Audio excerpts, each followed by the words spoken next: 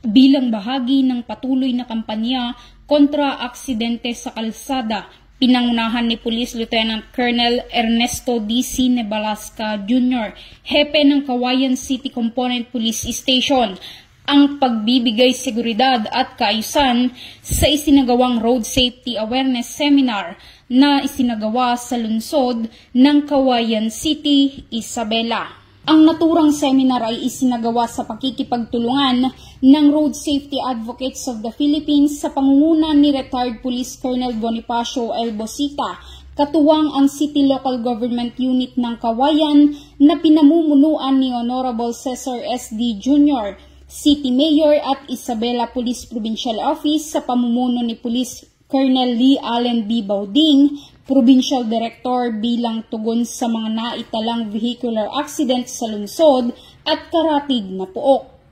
Layunin ng aktibidad na mas mapalawak ang kaalaman ng publiko patungkol sa ligtas na pagmamaneho, tamang paggamit ng kalsada at pagbibigay pansin sa mga batas trapiko upang maiwasan ang mga aksidente na maaaring magdulot ng pinsala o pagkawala ng buhay.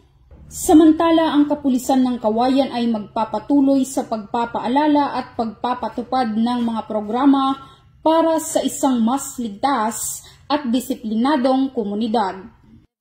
Mula dito sa Lambak ng Cagayan, ako ang inyong Police News Network Correspondent, Patrol Woman Wendy Rumbawa, alagad ng batas, tagataguyod ng balitang pulis.